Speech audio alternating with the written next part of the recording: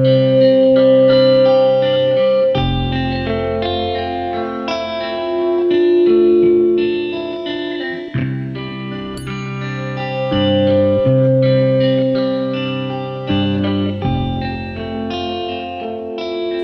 of homework they put on kids, which is, you know, so much research says it's not really helping, and it's just consuming so much of their time. And then I look at what they're studying, and it's like consuming so much of their time and brain matter, I'm going to say. You know, it's like we're stuffing so much in there. And then we expect them to sit down and do a 4-hour exam to see how much they retained or how smart they are or whatever. And there are very few kids who can sit through a 4-hour exam and really be themselves and really put out the truth of who they are and how brilliant they are by sitting at a desk with a number 2 pencil filling in bubbles for 4 hours. I think it would make any of us crazy. The outcome is that we're judging, evaluating kids on these tests instead of looking at how have they performed, who have they been for the last 4 to 6 to 8 years of their life. Talk to their teachers, look at their grades. This is who they've been for all this period of time. But you want to evaluate a test that's little bubbles for 4 hours. And that to me is so frustrating. My daughter and other kids who were these, you know, high energy kids, they can't sit at a desk that long. They can't perform that way. And it's such a bad evaluation of who they are and how amazing they are.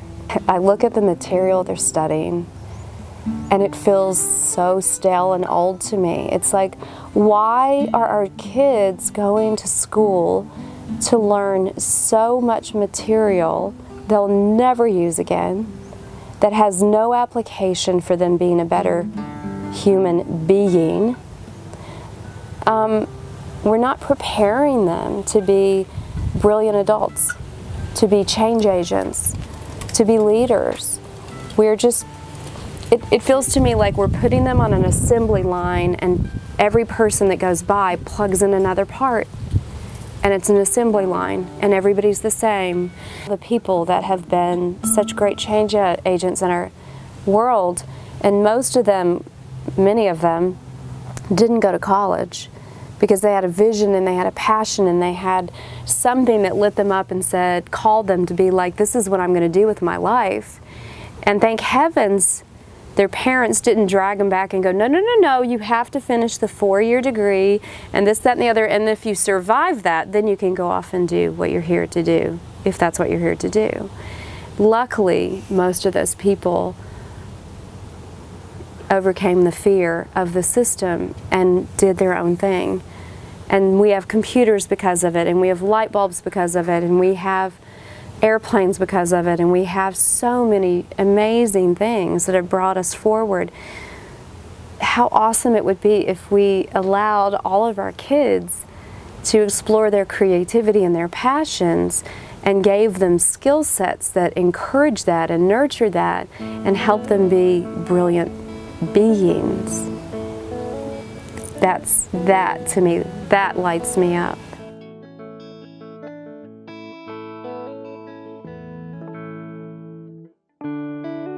Our system in the United States is over 200 years old. It's anything that's 200 years old and isn't updated or refreshed or revisited, it's archaic. It's amazing to me that we aren't realizing how broken the system is and that it needs to be revisited and something has to change.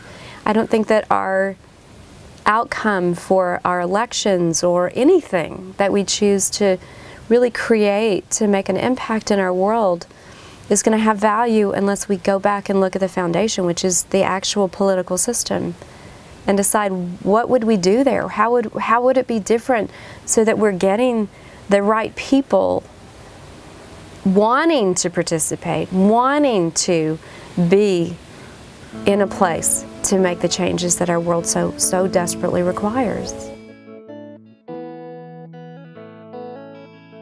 But there's so much now about the education system that's about, again, it's that assembly line thing. It's like, okay, I'm doing this because it's how we've always done it. I can't stand when I hear that. It's the way it's always been done. I mean, imagine if we, you know, like we were talking about, if we still operated like we did back in the 1920s, if we still, you know, had aircrafts or whatever, like way back, everything has to evolve. I mean, in nature, I always say to my clients, don't be afraid of change, because, you know, the truth is everything is always changing, and the difference, and the only difference is that in nature, if it's not changing, it's dead. Everything evolves and grows and changes, and we have to embrace change and get excited about change. And so, to me, what I get really excited about is what can we do to change the system that is supporting our children, from education, frankly, even to parenting, to activities and sports. So that's a whole nother arena. Like what's happening with the competitiveness and so forth in sports, and how we're pushing our kids to be these overachievers, or, you know, pushing their bodies way beyond what really should be happening for them at their age and their growth. You know, they're hurting themselves so early on. It's to always ask the questions, how could we be doing this better? And to be open to those answers, and to be excited about where it could take us, instead of being so determined to just shut the door so that we can stay in our comfort zone. What is wrong in our culture now, that parents don't understand how important it is to show unconditional love, and what even unconditional love is, what it looks like, and what it doesn't look like. So there's so much about no matter who you are and no matter what you do, you're okay. You can recover from anything, and at any given moment in time, change your story. In any given moment in time, choose differently. And when you do, it's so powerful. And you discover that, and this is what I love to teach the kids and the clients I work with, that at any given moment, you can discover self-love, and that's more powerful than any story you could have ever said or shared. Labels are so damaging. And I always talk about, when I work with the kids that I work with, I have a little basket, and I tell them to take off all their labels and put them in the basket before we sit down to work. Because, you know, ADHD, all these things that we label them, and I always say, would you mind putting your labels in this basket? And they're like, what? I'm like, just anything you can think of that you've been labeled, just would you mind putting it in this basket? And we pretend they take them off and they put them in the basket. Because it's so important that we realize the power of a label. It creates energy that doesn't have to be there. It makes children go down a path of believing they're broken, or that there's something that needs to be fixed in them. What I'm here doing with these kids is, you know, we get down on the ground. Like, I don't want to sit in a chair and, you know, be all stifled. I get down on the ground with them, and usually in their own room, and we play and we talk, and I let them not be in this structured environment. And I teach them how to be aware of how it feels to be in their body. How does it feel to be in their skin? How does it feel? And how it feels, what does that tell you about yourself? What are you thinking about? And did you know that we can shift that? Can we work with that? Would you like to feel better? And then we just go from there. And it's about helping them understand that they have power. They have power to harness and to use in a really brilliant way. And then they get excited, and then instead of being labeled as something negative, they start to really understand deeply that they're special. Every kid is special. And that's so beautiful when you get to see that, and to see how much they change when you plant that belief.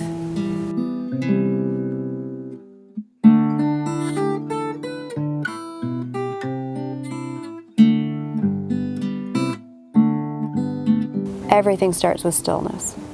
And for me, it's about teaching people how to be completely still, not just like the way we literally think of sit down and be quiet. It's stillness inside. It's stillness so that you can hear the voice that resonates from within. And every single one of us were wired to be, sometimes I call it that my God self, your God self. Everybody has that. And the sounds of the world and the franticness of our culture and all that we've created drowned it out.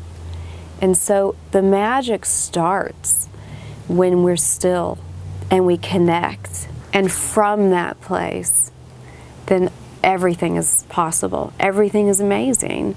The decisions we make, the actions we take, the choices, everything becomes so much more illuminated, and it's really about being your greatest self, always. And I know that what I'm here to do is to help those kids just get the beauty that they are, the exquisiteness of that they are.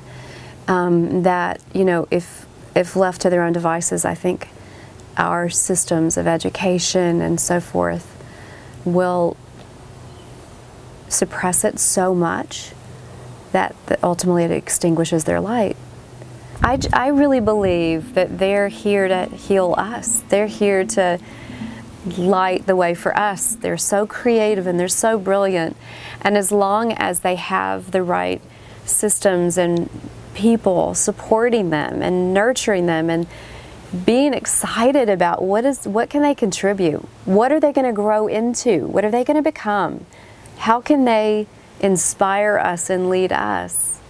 That's what we need for these kids. That's what we need so that we're ultimately creating the change agents and the leaders that our world so desperately needs.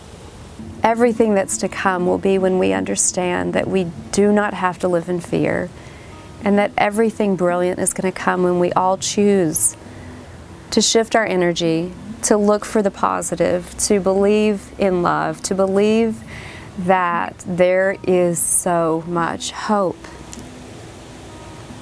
and to know that it's real. Yeah, because it is.